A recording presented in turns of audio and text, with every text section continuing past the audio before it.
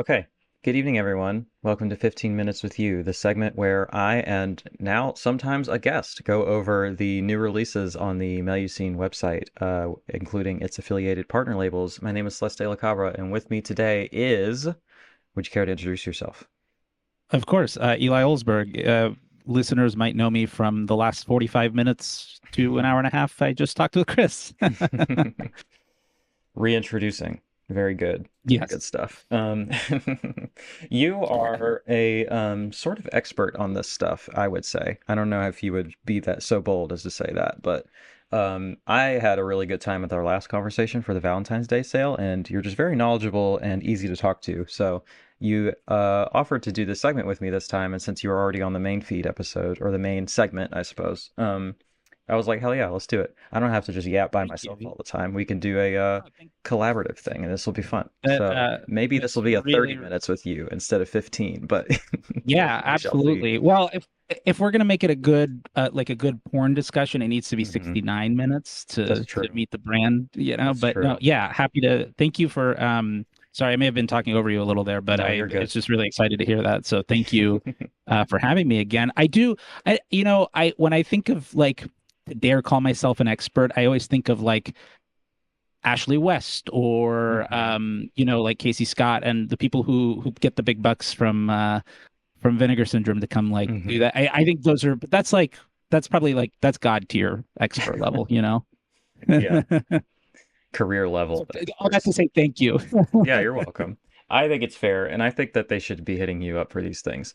To be completely honest. So, all right, let's go ahead and discuss the titles for fuck. What month was it? I don't even know. I'm behind. We're doing a catch up thing. February? Yeah, that's February. I think it might. I think you're right. February. Okay. It's February. Yeah, yeah, because the Hmm. Image and Neon Nights were the month. Yes, yeah. So this Yeah, is February. January. So February. Okay. And then on the next segment, on the first, or the next episode on the first, I'll be doing the March titles, and then we'll be all caught up. I'm like fucking hustling out here, making sure to get this shit caught Nice. up because I had a stack going. I was like, I just gotta blow through this. Thankfully, this month's slate had zero special features across all the releases, so I got to do these Yes. pretty quickly, which was really nice. Because last time, Same. fucking Neon Nights was brutal. It was so much on it.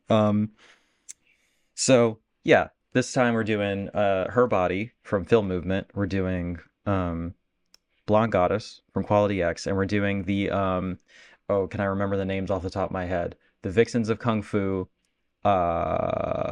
Sunny, and the Nightbird. Triple feature from Peekarama. I think I got it. Got him. You did, Tight, yeah. tight. Um, so let's start with Her Body. This is the only one that you haven't seen. You've seen all the rest, correct? Correct. Yeah, I'm familiar with the story. Because for people who don't know, this is based on a true story. I am familiar with it. But I didn't get around to it. I don't know what, to be honest, I something like this is like catnip for me. Hmm. Um, and I was like, did this even play in LA at some point? Because if even if something plays like limited here, it usually like coincides with the release from the OCN partner, like The Visitor, which I believe is a March Hmm. release for them. That It just played is. here like 2 3 weeks ago. Nice. It played like right around the same time the order. So sometimes I'll try to catch it theatrically rather than buying it. But yeah, I just for some reason this one went. Oh, I know why it went over it because there's 10,000 titles I'm trying to get through every month. Like it's just Hmm. a one of Hmm. those things where it's just an overload, and so I did miss it. But yeah, how was it? I thought it was great. I loved it. Funny thing, since it is based on a true story, I thought it was further than that. I thought this was a straight up documentary. Like I thought that until 15 minutes into the movie. And like for the first 10 minutes or stuff or so, I was like, wow, they're getting really intimate shots here. They're really doing a good job capturing like a fly on the wall thing. It's like uh it's almost like they scripted this and then at a certain point I was like, hang on a second. I looked it up and I was like, whoops, I was just fully wrong about that, but that's okay. Um that goes to show you how little I knew about this story going into it. Right. But the film is great. Like once I got my bearings straight, as it were, um, and kind of got on the wavelength of what it was doing, I thought it was really, really good. And I'm a little bit disheartened to see that. I think the reception on Letterboxd is pretty decent because that's a better crowd over there. But on IMDb, it's like really low, and people are talking about how awful it is. And I'm just like, I feel like y'all just just don't want any stories about porn at all. Like, because this is just a good movie, like straight up. Like, I don't know if it was about a different subject matter, I feel like the art house crowd would like it. But maybe like it got a little bit beyond that crowd due to the salacious topic, and people who aren't familiar with this sort of thing were just kind of hoping, I don't know what they were hoping for. Maybe it was just a morbid curiosity and they just didn't end up enjoying it. There's really not a Yeah. lot of sex in the film. I mean there are sex scenes and they're very obviously simulated. There is one insert shot in it on the unrated cut, which is on this Blu-ray. So it's not a ton of that. So maybe that's what they were looking for and they didn't get it. I don't know. I think part of that, I think if it's not well received on IMDb, like the type of stuff that's sold through boutique labels, Hmm. that means it's a good chance it's actually going to rip. Like you're right. Yeah. Letterboxd is probably a better metric in that Hmm. case because when you look at IMDb, you remember what like the top 250 is there. It's just so much more accessible, so you're going to get Yeah. more people who are less about things that are off the beaten path or more hyper niche and but Hmm. I am glad to hear that it was very good because I did end up finally getting a copy. It's going to be, I believe, with the next subscription. But I am familiar with um, the story, and it reminded me. It's hard not to exist in the shadow of this because you get. I thought of the movie Pleasure because anytime you get a movie about the porn industry, you're always going to think about the last movie about the porn industry because they're so Hmm. infrequent, Hmm. At least ones that get theatrical releases. And Pleasure was like a neon release. I believe this one was Yep. Film Movement. So Yep. those are like, reputable companies that if they're gonna take any kind of more because even within niche markets, those companies have to have their brand in a certain way. Like when it's a neon movie, it's weird because it's like distributors do have some kind of auteurness to them now. Like people Yeah, associate, absolutely. like A24 lighting became a thing. And what that really just means is it's Spring Breakers lighting. That's where that was born, right? So like, Right. so so neon has this sort of hyper stylization, or at least when it comes to American filmmaking. And so and Pleasure was not an American film. And the reason I went to go see that, and I'll tie this back to Her Body, but it was Mhm. basically that, it was a very similar movie where it's not hardcore. They don't use any insert shots, but it's very, very much uses everything's just very carefully out of frame. Mhm. And so for like I guess what I'm getting at is with because they also used a lot of performers outside of the lead, who's Swedish and the writer director was as well. Um, the rest of the cast were actually mostly working American performers in the adult industry. And I'm curious, did Her Body do that at all, or was it all pretty much across the board actors? And do you know, as far as the inserts go, I don't. I would imagine the lead actors didn't participate in that part. Yeah, I had to kind of do a little bit of digging for that. I think in the IMDb Parents Guide is the only place I could find that actually like confirmed this, but I believe it's all actors, and then that it's literally one shot is an insert shot for an Right. adult performer. Um, that's That's it. enough to get on Melly scene. Yeah, that's it. And then the rest of it Okay. is, yes, this very careful shot blocking and framing such that I mean it almost qualifies as softcore for a lot of the time. Like she does go out like she does put herself out there and it is a very vulnerable performance. And it is very sexually explicit for like mainstream film or whatever, like Yeah. non-hardcore film standards. But if you're looking for a bunch of like unsimulated sex in a non-hardcore movie, you're not going to get it. It's a different thing than Even if that. you did, it's funny because it is a European film. So Hmm. if European films and attitudes towards porn is the same difference as European porn versus American porn. Hmm. In this, like European porn is very, very different when it comes to being hardcore and and Hmm. how they push their limits and how they kind of work. And oftentimes I think European films about sex, whether it's in commerce like this or even when it's something like by Catherine Breillat, something like along those lines, it's still either more confrontational or more, Yeah. if not confrontational, more they're just not as hung up about it in certain ways. Mhm. So it's going to be like it's only erotic if they want it to be erotic, and I think Right. the calculation to be like more dispassionate is probably going to be more obvious while watching it. You know what I mean? Like Hmm. it's not going to titillate you in the same way. Also, because it just doesn't work that way anymore. Like when like movies in like the 90s and early 2000s, like Nine Songs or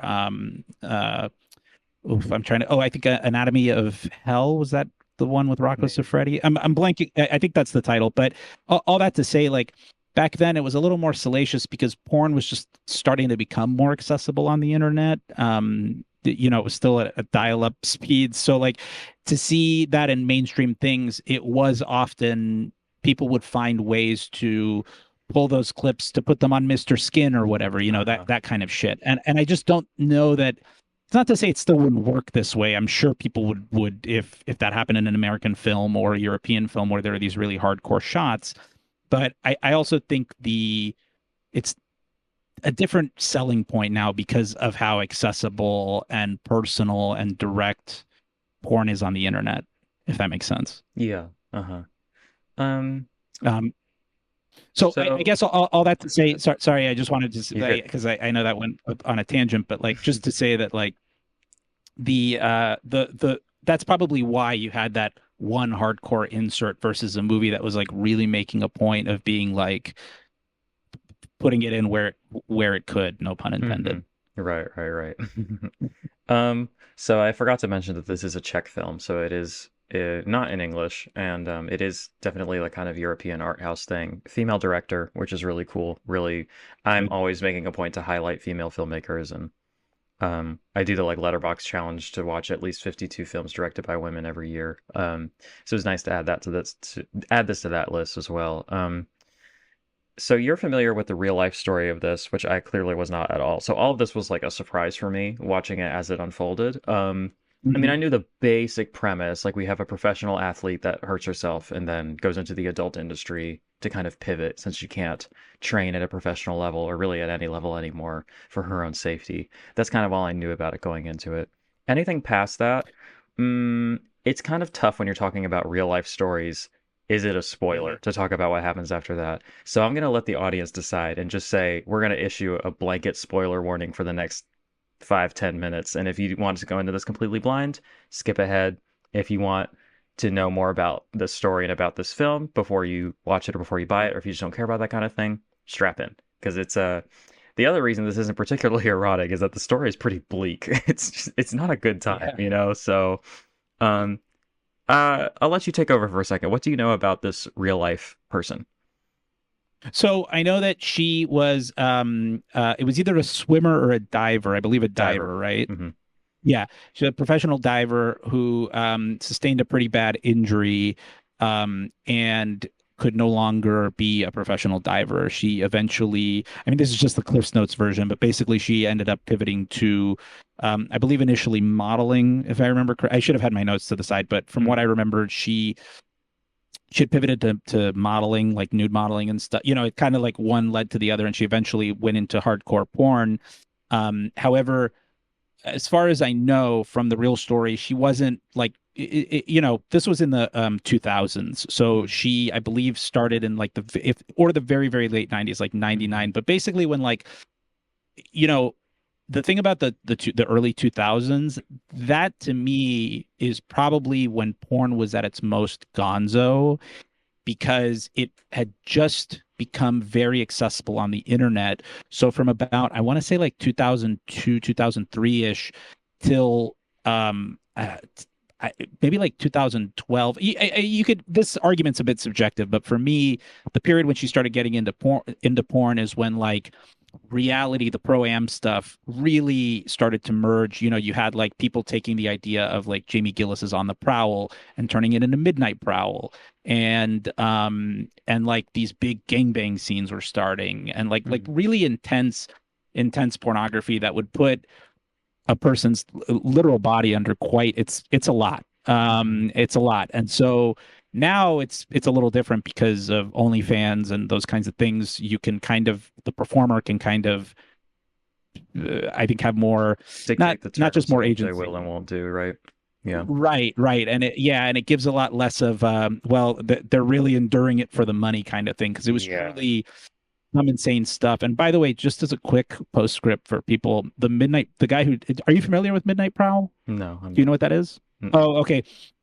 A guy who I want to say around the early 2000s started a network of really just the absolute most depraved porn. And Midnight Prowl was a take on the Prowl, the Jamie Gillis series, where a woman would go to like an adult bookstore or a porn shop and pick random guys up to fuck, and then they would take guys back to the hotel room. It on the Prowl was pretty low key. This really took it to a level because the guy, it's like he took the worst parts of Jamie Gillis when he was at his most like depraved, and that's all this guy's personality was. And he made these sites. One was like a white guy who dressed as like a pimp who Mm. it was like a fake casting couch thing, and another one was fuck, I'm forgetting the name of the site. I think, they were all really really brutal sites, and they had like very focus on stuff like pissing on women, and Mhm. but while talking really fucking degrading to them. Yeah. All that to say, guy who started it, his real name is Mark. He is now in jail for like tax evasion or something. He got Sure. locked up like 3 or 4 years ago, and it was revealed that he was like a big donor to a bunch of Southern California elected officials. Hmm. He was like this huge real estate mogul. I couldn't not just bringing up Midnight Prowl automatically brought that up, and Uh, it would be ridiculous to leave that out. But she started during that period, so I know she did some pretty intense scenes. Nothing that hardcore as what I mentioned, but that was around the time she eventually, unfortunately, at a very young age, I want to say like 28, maybe 20, 29. yeah, really. I think 27 actually. I think I Oh, remember now because wow. that's how old I am. And I was like, "Oh Yeah. man." Oh, okay. She unfortunately passed away of cancer. Hmm. Um, yeah, which is really sad because like none of this, usually which is why this is a tantalizing story because Hmm. this isn't someone who passed away from any. It seems to like almost reject every cliched story about a girl in Uh-huh. porn that you see in movies every step of the way. Like, she wasn't forced into this, but she had quite the cachet to use to get into porn, Right. and similar to China, from WWE, Hmm. where she used that cachet to do porn because of a quote unquote leaked sex tape. Unfortunately, she had a much sadder story. Not sorry, not a much sadder story. What I should say is her story fit the sadder mold, that cliche, Hmm. more, Hmm. is what I meant to say. And yeah, and but she unfortunately just passed away because of cancer, not because of any kind of like Yeah. OD or This is brain cancer anything like too, that. like really Oh, rapid onset brain cancer. oh my God. Just yeah. Just watching that movie. Okay, so that's probably a good foundation. So like, you see this like extremely competitive, sports focused sort of family where like her whole life is training to be the best diver in the world and training for the literal Olympics. She I don't know how this works. I mean, like, I guess you got to be real careful diving at those heights, and like if you hit the wrong angle, she essentially like broke her spine, and like it was very, very close to where she almost could never walk again.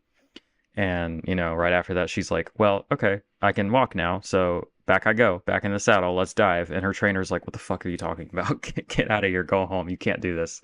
And so she's just kind of living with her parents, like lost her reason for living and gets kind of linked up with this guy who I don't think he produces it, but he works as a cinematographer for porn shoots and porn sets and stuff. And she's just like, let me get in on this. And for the bulk of the film, you just see her like finally reclaim her agency and have something worth living for, and like finally gain financial independence and like gain the like fame that I'm sure she always wanted through the diving and everything, and like just have her own fan base and win awards and just be very good at this.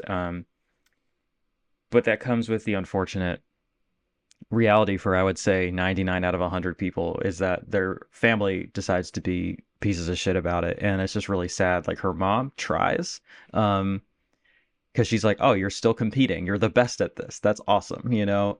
But her dad is not about it, and her younger sister is surprisingly like a real bitch about it. And like, shout out to that actor because man, I fucking hated her. um, and then it's just kind of in the last 10 minutes of the movie, it hits you with this like real punch to the gut, real like rug pull. It's like, oh, you have brain cancer. And then like the postscript is like, yeah, she fucking died, like 27 years old. And I'm just like, what the fuck? Like, is that related? I had to wonder because like what catastrophic bad luck to like injure yourself that badly to like, get your dreams dashed like that. And then right after you have a pivot and you're just as good at something else, like this happens and you just fucking die. Like I had to wonder, like, is this kind of brain cancer somehow related to spinal injuries or something? Did that create, some kind of higher likelihood? Because, like, what bad luck, you know?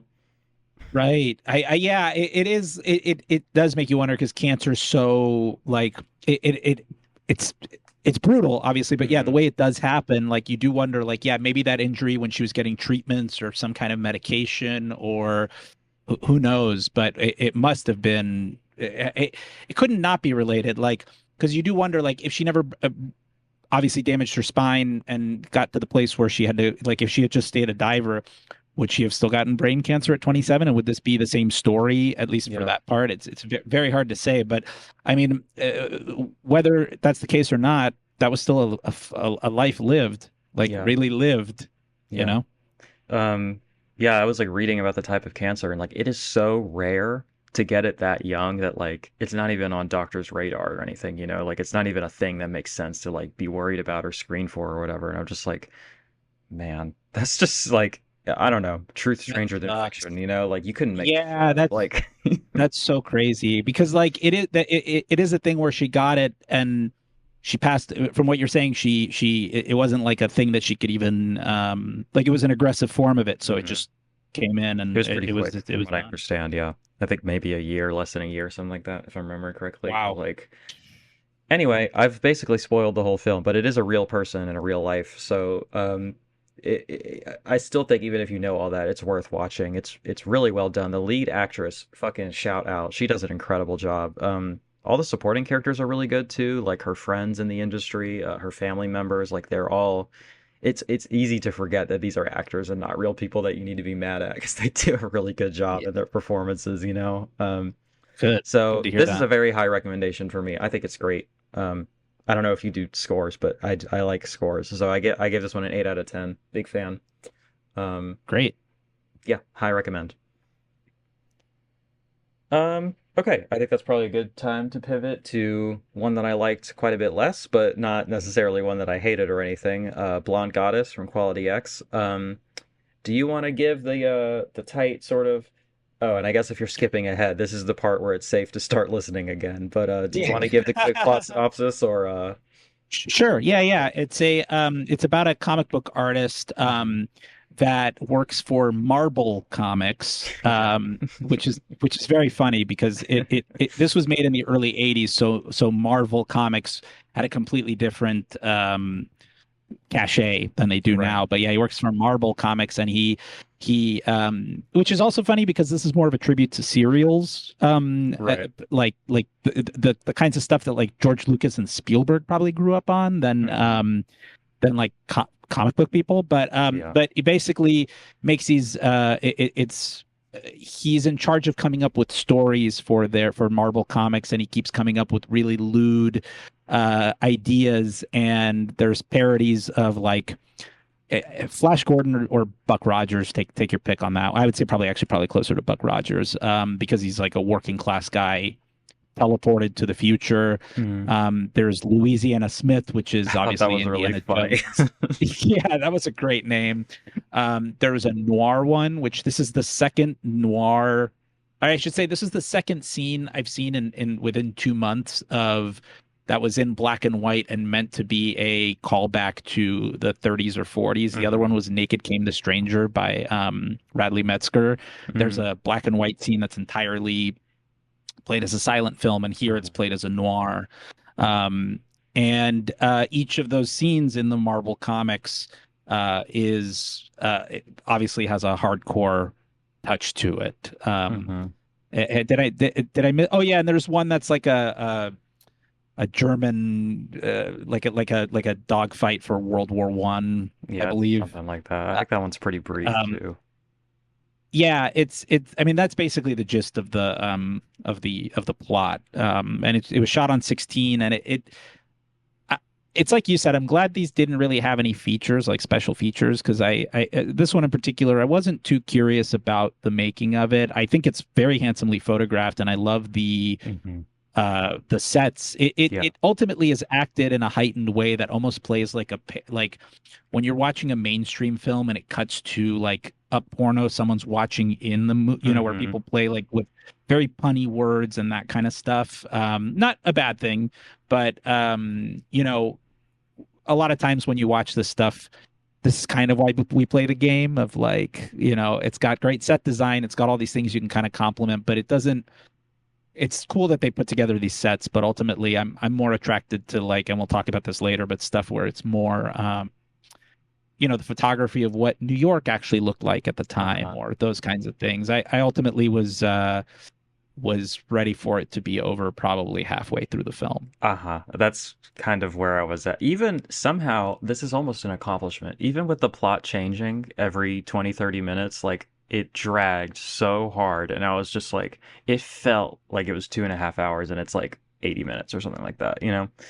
I gotta say, my Yes. favorite part is the last segment with the sci-fi shit and like the weird like villain in a mask or whatever, and they're like zero G 69ing and stuff. That was at least interesting, kind of Yeah, fun. no, without question that was the best scene. Hmm. Because also you get that scene where the bad guy hits the good guy with the palm of Uh-huh. his hand and it hollows out his chest in the shape of the palm of the Uh-huh. guy's hand. And it So goes it away has when that he's having sex really again, which is fun. exact yeah, it regenerates from the power of lovemaking. And Right, right. but when you do see something like that, it is obviously a lot of fun because they're having there's a little more ambition there, but also Mhm. because I think that when you're like, oh, okay, yeah, you're not going to get this in any other movies mostly outside of watching the 1980 Flash Gordon, maybe you're not going to get this kind of nonsense and it in a good way. And it's like exactly what we're talking about, which is like why you kind of watch these things because the first round with like the Louisiana Smith stuff, which is like bookends the movie and like those scenes you can really see in any porno, I think, even if this one has a little bit more of a budget, or at least more of an ambition Ambition to is the word I come back to thinking about this. yeah, right. And like, you know, the one the noir one, I guess you could say, hey, you know, it was shot in black and white or they shot it and maybe later, but either way, like that last scene is the one where you really where that idea really actually cooks. Hmm. Yeah, I really do feel like the ambition outpaced what they could actually pull off. And I have to admire that and I have to appreciate it, but yeah, I don't know. It's fun for what it is. I do think the poster is great and it definitely oversells what it can deliver, but also the movie itself oversells what it can deliver, you know? Right. Well, that poster is a great example of great exploitation because you're Hmm. gonna always get artwork that's better than what the movie is gonna give you. Yeah. And I mean, I got that's how this you in know my you're Vinegar gonna. Syndrome box and I looked at it and I was like, "Ooh, this looks fun." Yeah. I'm excited Yeah. for some Same. like high fantasy exploit like hardcore stuff and it's like, well, Yeah. we're aiming for Yeah. it, but you know. Right. Anyway, it's okay. I went with a 5 out of 10 for this one. It's just the pacing is pretty You brutal. know, to go with your like when you're talking about ratings, like I go closer to like I used to do like when I was in high school, my best friend Sydney and I used to do out of 10, Hmm. and then like with like in letterbox terms because people get really hung up on the star ratings. I try to do them accordingly as well, but I do think this one is a great example of something I did not give a star rating, but I just threw it a heart because that's good Uh-huh. enough. Like I Yeah. think the ambition was there. I'll give it a heart because otherwise I don't think it would make the. I remember getting being like, this is 2.5 or 3. I'm like, you know what? It doesn't matter. Just gets a heart. Yeah, basically. All right, moving on to our triple feature. Content heavy, features light, Mhm. Peekarama disc. I mean, they're all like under 80 minutes, so it makes sense that they could fit three of them. I kind of like this idea that they have here because the Peekarama is usually a double feature, but they have so much in the vaults that they just need to get out on HD. Like we could start Totally. doing triples, you know? If you don't have any features I'm for it, why not? You know? I'm all for it for several reasons. The main one being a lot of these were ones that went out of print when they were on Hmm. DVD, and then they put them on that 5 years, Yep. five movies bundle. Like back in like 2018, for people who don't know, Vinegar Syndrome put out these Blu-rays called 5 years, five movies. They did 4 volumes, and they were DVD upgrades that at the time they didn't couldn't justify, probably from a business perspective, but they Hmm. couldn't justify putting them out on individual releases. And that's clearly still the case because almost 7 years later they have to put them on one, which is, I agree, totally fine. I like that they're in HD, that they're not just on DVD. Yep. I like that the one, that people don't get stuck in a thing where just because they're discovering Vinegar Syndrome later, Yep. they don't need to be not punished for it, but they didn't miss out. Yeah, exactly. I absolutely Yeah. love that. And No, go ahead. You finish your oh, go thought. ahead.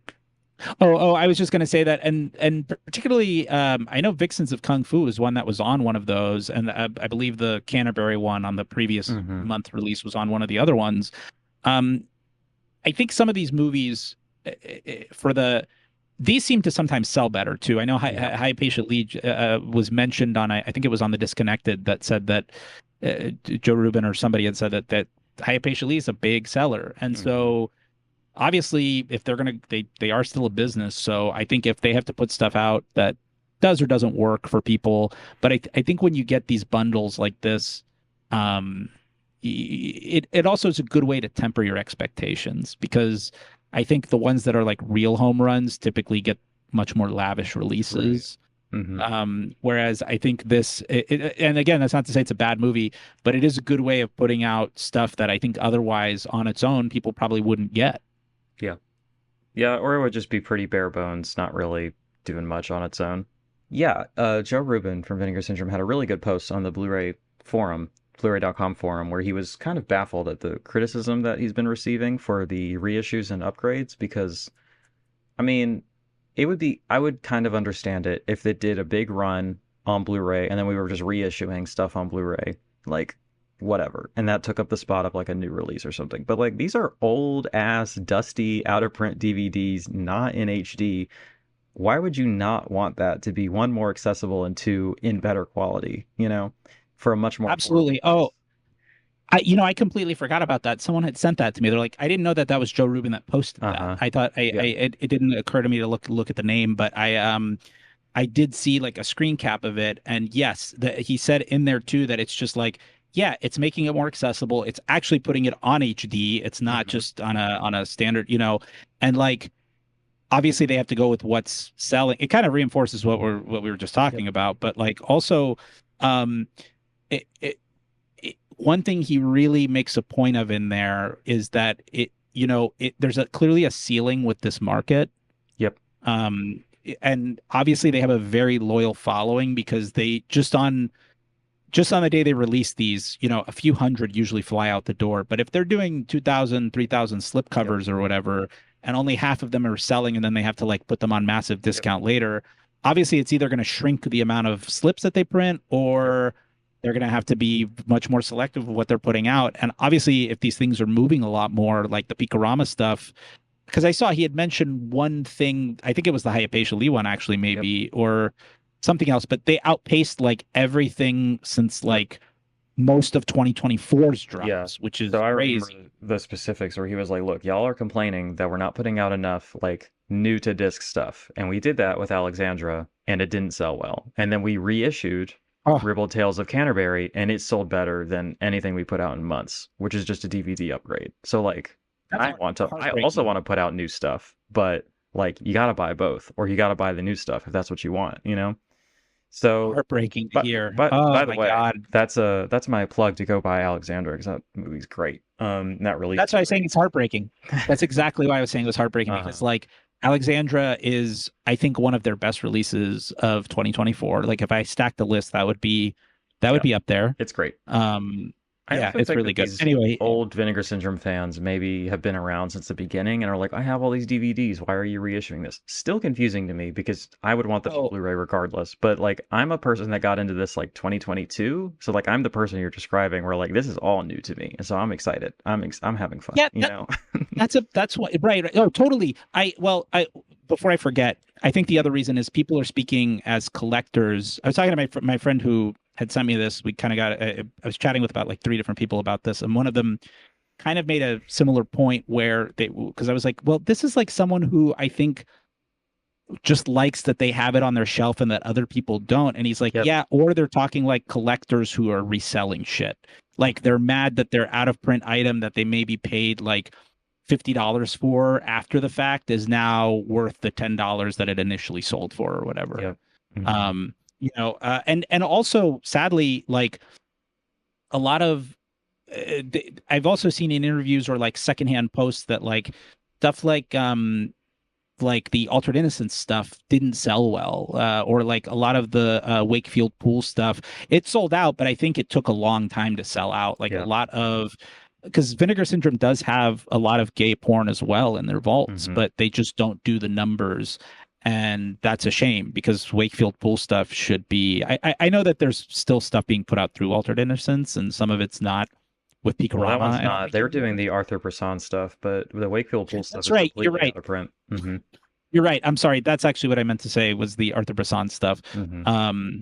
Yeah, they never Altered Innocence. I don't think ever got the Wakefield Pool stuff. That I think Yeah. is, but yeah, I mean, it's. I think it's great that they moved them also because, and maybe if you want to segue into this, but Hmm. it's. I'm glad because Vixens of Kung Fu is not a good movie. Yeah, it's Put it nicely. yeah. Okay, yeah, let's start with that. So this one, I might have a hot take. It's not good, but I liked it more than most people, I think. I thought it looked beautiful. Like I really like the Oh yeah. outdoor, like in the woods cinematography, and there were shots in this where I was like, that's a dope ass fucking shot. Like they actually know what they're doing, and like this was clearly like creatively put together. There's this beautiful shot that's like through a branch that kind of frames the people in the shot, and it's just like really gorgeous. And then there's this really cool scene where she's like hanging off of a tree or whatever. Yes. And like I don't know, just like the scenes of them like meditating naked in the woods, like they're just kind of shot in a nice like slow and meditative fashion, and I just kind of liked it. Aside from the fact that it is sort of inherently really offensive and like probably shouldn't exist, like if it's going to exist, I like the way that it's shot, and the kung fu sequences are so bad that they actually Yeah. kind of turn around into becoming amazing. So To go to yeah. back to Letterboxd, uh, some people seemed very disappointed that the kung fu wasn't good, and I'm sorry to Mhm. say that this is not the place to expect good kung fu. You would want competent kung fu, sure, and Uh-huh. I don't even think it really meets that No, it doesn't. criteria aside from maybe Some of it is one scene. shocking. The Yeah, corner it's cutting. I mean, you're right. It was a lot of that stuff was dated before it even hit the screen, Uh-huh. and in terms of its some of its how it deals with some certain stereotypes.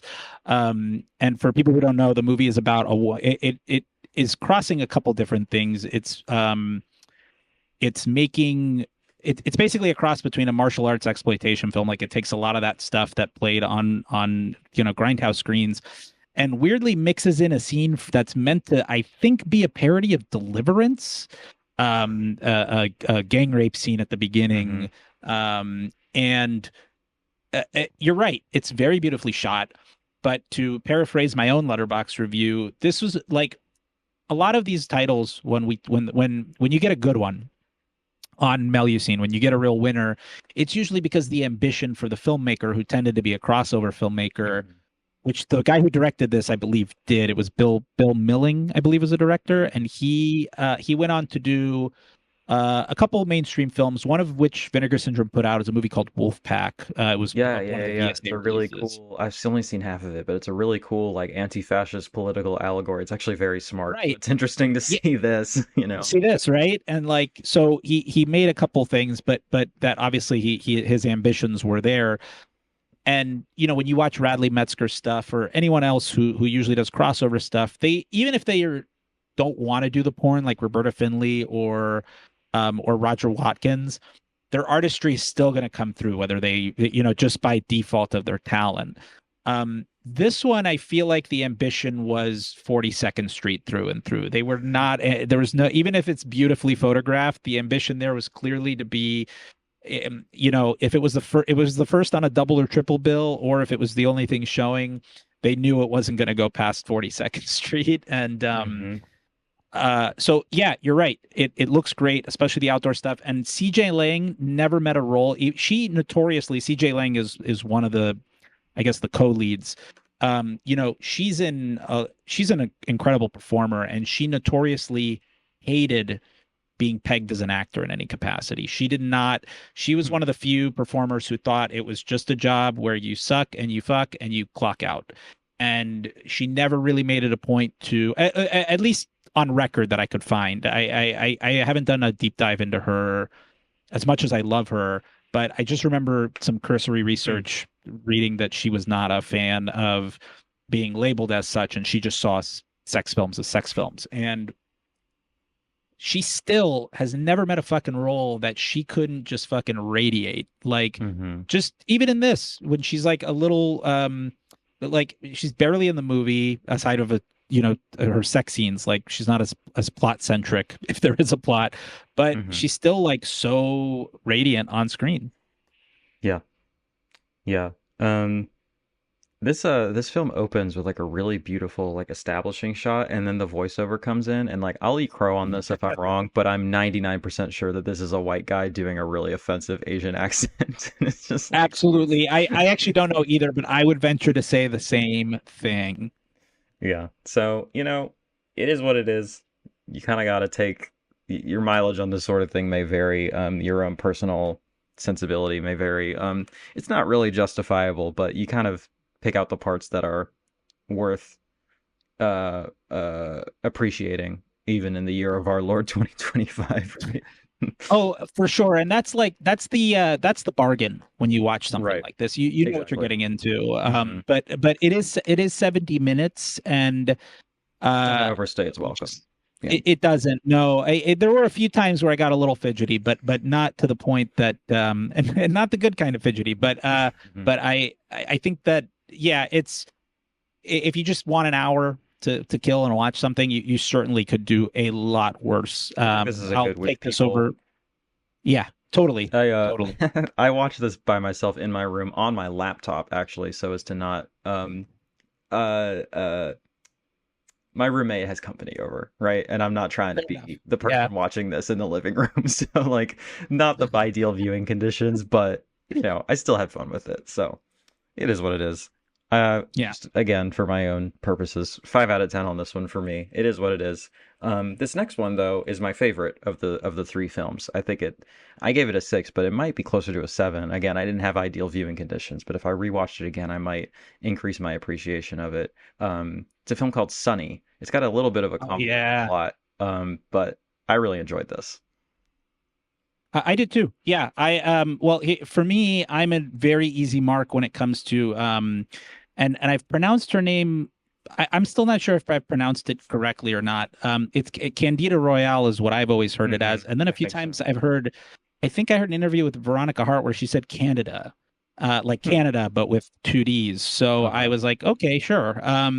But she is an amazing performer. She's such a great actor. There's a great book you can actually get on the Melusine site Yep. Hmm. about her and her life. And she also tragically passed away from cancer, but at a much older age. And Yeah. she Hmm. was, not to get too much into her career, but because at this point she was still just working, I believe, during this time, but eventually she started to really try to uh, she was at odds with like her feminism and Right. porn, and she was trying to do something about that in a very proactive way.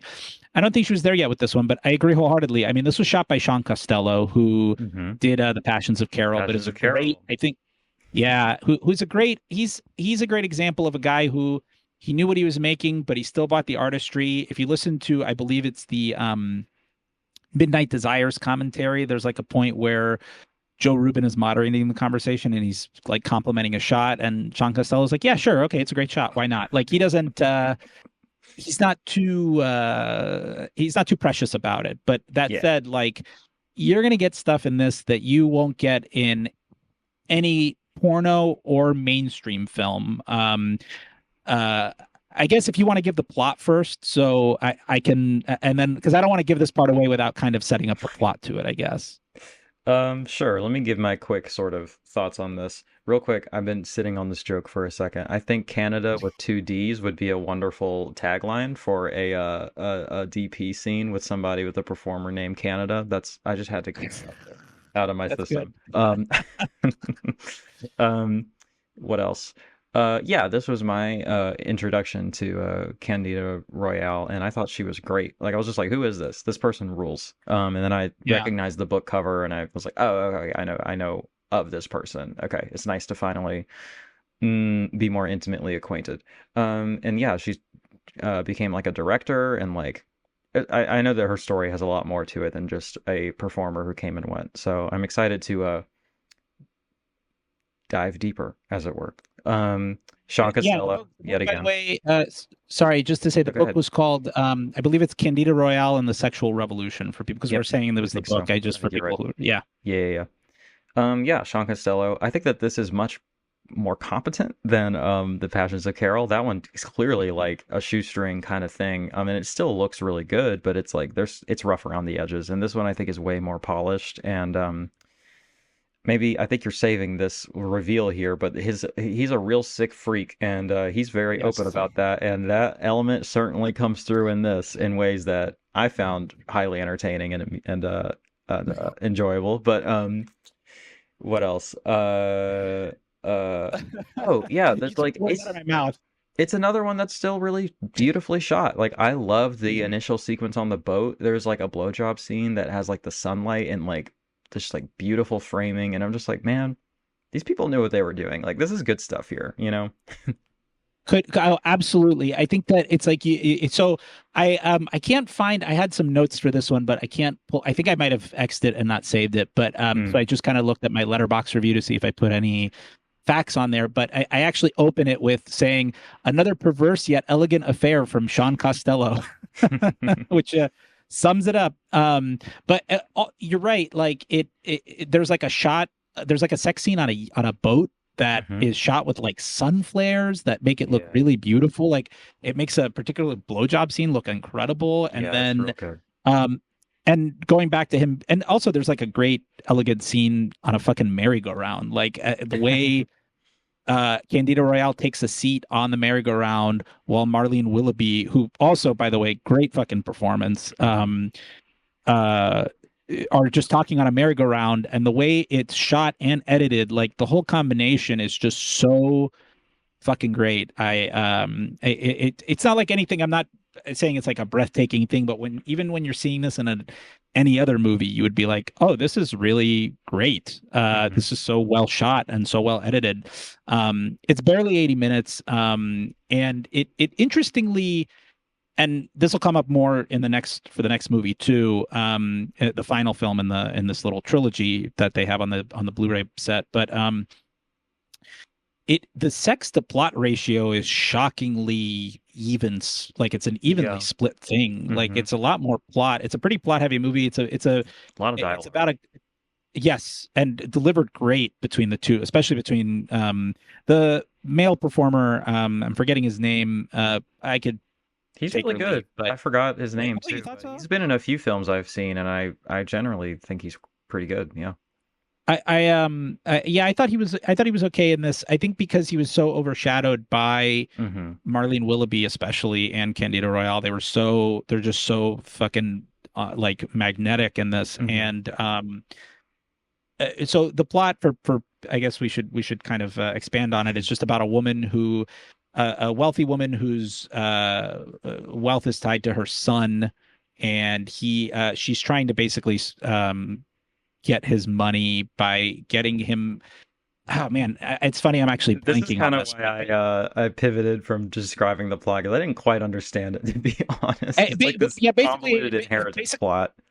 It is, yeah. It is a very complicated inheritance plot, but basically, Candida Royale plays the title character Sunny, and she's a escort for like a high end service, Mhm. and she's basically hired to basically mess with this dude, not just sexually, but like mentally, to get part of an inheritance scheme. But she eventually wants the money all for herself. She actually wants to screw over Marlene Willoughby as well and Yeah, make she sure no attempts one like a gets double anything. cross.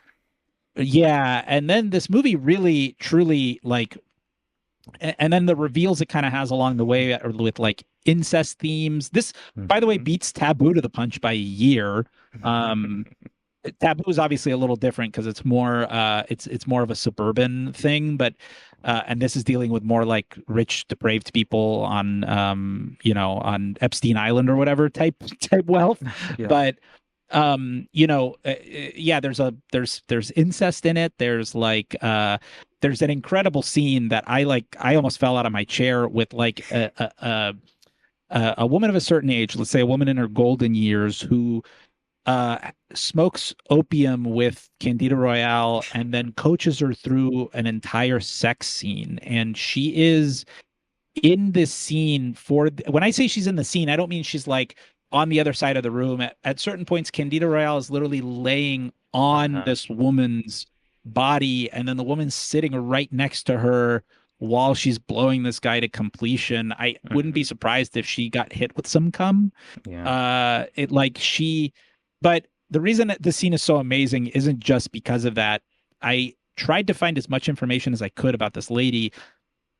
Excuse me. As far as I can tell, she never did anything else, which is such a fucking baller move. Like, she's never been in a mainstream film. I don't think she's been in other pornos, as far as I can tell. It just, yeah, just top tier stuff right there. Oh yeah.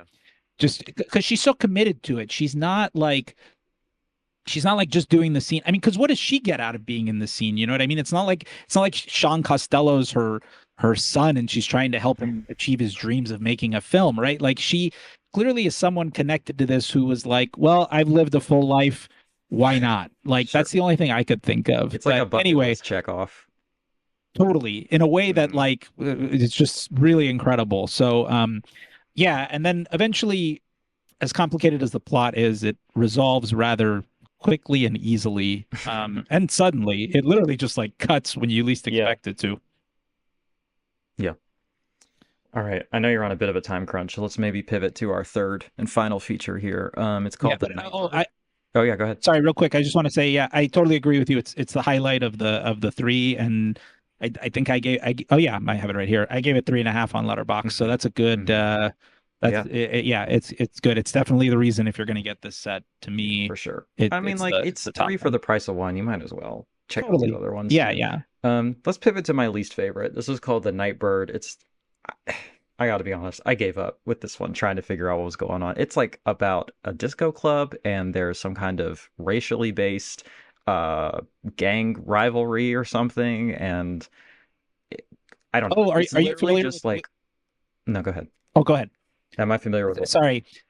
Oh, or if you were familiar with what it was like, not exactly a parody of, but Oh, what they right. were It's like basing it on. Saturday Night Fever, right? I've never seen it, so that's probably where the disconnect is happening. But this to me was just wall to wall slurs and like extremely unpleasant male characters and like a pretty decent orgy scene and some cool like disco lighting and sets and like dance sequences that kind of saved it from me like entirely hating this. But I was mainly just watching some of the most unpleasant people I've ever sat through in a hardcore feature for a while. And I was just like, Yeah. man, this is rough.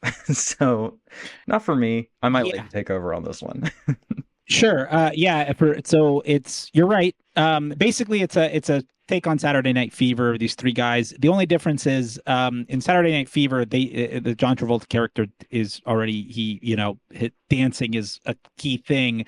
And this one, the lead character, who I guess would technically be the stand-in for the Travolta character, wants to learn to dance. Later Mhm. on, it literally just takes up the last 10 minutes. He Yeah, it's about a group of guys who are at war with another gang. But like you never really see the war until there's like this one random bar explosion. And even the way, so since you haven't seen the movie, Saturday Night Fever has a particularly harrowing rape sequence where most of the group is it's been a long time since I've seen the movie, but like most from what I remember, most of the group is present, and it's a very Hmm. downbeat story. Hmm. Um, so that's why it's weird to call this a parody because this sticks to the downbeatness of it. Um, and they even sort of recreate that scene with like a woman who they take to their car and bring Yeah. her out, but the only difference is this is a consensual scene. She Yeah, it wants was to do it. confusing to me. I wasn't sure what the fuck was happening, honestly. Right, yeah, and so I guess you're right. Vixens of Kung Fu is probably more fun in that kind of for lack of a better term, so bad it's good way. Hmm. This one isn't. I think the only reason I would probably give this one the edge for me is because it has a lot of that New York photography that Yeah. I respond to, you know. Yeah. Anytime, any city, you put any city, it doesn't have to be New York. Like when I'm Yeah. watching ones that are set in San Francisco or Uh-huh. LA or even that one, the media club release, that Hot Summer in the City, you know, it gives you Uh-huh. Detroit. It just gives you these things. And so I do like that. And you're right. The disco club has this kind of vibe to it. Hmm. And the scenes there are shot really well. This is the sole directing credit on Letterboxd for this director. I actually wasn't Hmm. too familiar with this movie beforehand. It was of the three, it was the only one I wasn't really I didn't know much about it, kind of had missed it, but they had a credits for some cinematography outside of this. I think like one or two other credits, so that may be why it looks a lot better than it plays, for to put it nicely. Yeah, I definitely was bored. I checked out at certain points. Sometimes you have to fast forward through the sex scenes if you're just trying to get through it. Hmm. Nothing wrong with that. That's what I'll say with certain because they can't. We're only on this planet for so long, and a lot of these only have so much that you could really Yeah, yeah, yeah. enjoy for the artistry. So I won't pretend that I wasn't a little bored myself sometimes. But that again, that's kind of the bargain with the triple features and even with some of the other ones. But yeah, Hmm. I do hope overall, I do hope that they keep this line going, which it sounds like they will, because based on that, when you were talking about that post on Blu-ray.com, the they were talking. I know at the end he mentioned that they have a lot of original releases planned on 4Ks, but they also are clearly still going to continue this Yeah. line of re-releasing things. So I do hope it still happens. What am I saying? They're putting out a double feature this month. The subscription package I ordered had Baby Rosemary and Hot Lunch, which I Yep. believe one or both of those were also on the 5 years line, but those were only on DVD. So I'm thrilled that those are Yeah, very I mean, excited to the particularly vaults are see so both of them. extensive. I'm just like, yeah, give me all of it, double, triple features. Hit me up with a fucking 10 film box set if you want. Just get this stuff back out Yeah, there in print and on HD. Like that's such bare minimum stuff for this project. It's really bizarre to me. I think you're right. It really literally is just people like, oh, well, now everyone has the thing that I had that made me feel special, and I'm upset about that. Or now I can't flip a $10 DVD into a $50 DVD. Oh no, whatever shall I do? My investment has not paid off. It's literally just that, I think. right, exactly. And if you're going to do that ultimately, like on a more sincere level, like if that's where your bread is, then open up an Amoeba Music or whatever.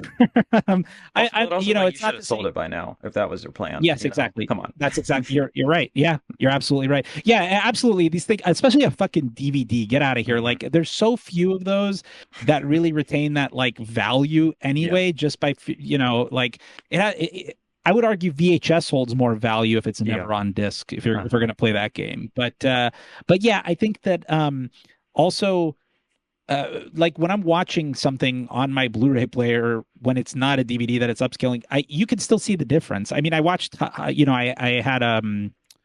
I have Hot and Saucy Pizza Girls on DVD, and I'm sure that's going to get an upgrade because that's a Yeah. really big that's a title people want. And I remember when watching it, I'm like, oh, the audio is going to really be what you're going to Yeah. hear so much better Yeah. on Blu-ray. The picture still looked great, and I think they're clearly going to use the same scan. It's just going to have a higher bit rate. Yeah, Um, it's really what's great with HD, and especially, I mean, the audio track, it can be completely uncompressed. That was the main thing I exactly. noticed when I first started really collecting, and I would still stream stuff and then watch stuff on disc, I would watch something on HBO Max and be like, this looks sounds like shit. Like it looks fine, but it Mhm. sounds terrible. And then I'd switch it and Yeah. it's just night and day, you know? So Absolutely. Yeah, and and then for I guess for ratings on this one, I gave Nightbird 2.5. that's what I gave it to. I felt generous.